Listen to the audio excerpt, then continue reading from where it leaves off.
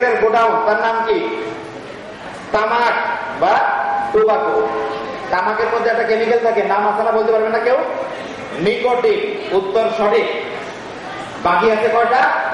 ৩,৯৯৯টা।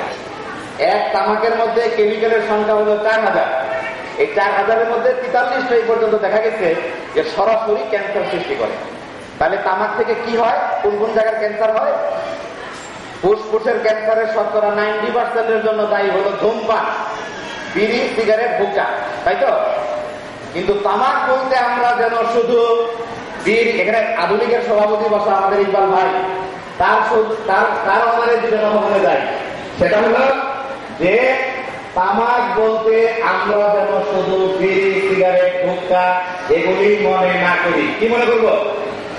বলে যে তামাক খান তো খাই না, পান খান খাই, পানের সাথে কি খান? জর্দা খান, ওটা তো খাই, তামাক তো খাই না। জর্দা খায়, তামাক খায় না, কথাটা কি ঠিক? কথা ঠিক নাকি? জর্দা কি? তামাক। বলে যে সাদা পাতা খাই, তামাক খাই না। সাদা পাতা কি? তামাক গাছের পাতা শুকাইলে তাকে বলে সাদা পাতা। সাদা পাতা খায়, অনেকে জানি না দেবে তামাক। তাহলে আমরা জানলাম কি যে শুধু বিড়ি, সিগারেট না, জর্দা, সাদা পাতা, গুড়, খৈনি, ওই যে আর কি কি মিষ্টির মধ্যে কি কি আছে না, মিষ্টি দিয়ে পান খায়, কি আছে? পাতা বাহার, সবুজ বাহার, সব কিন্তু সবকিছুর মধ্যে কিন্তু তামাক আছে।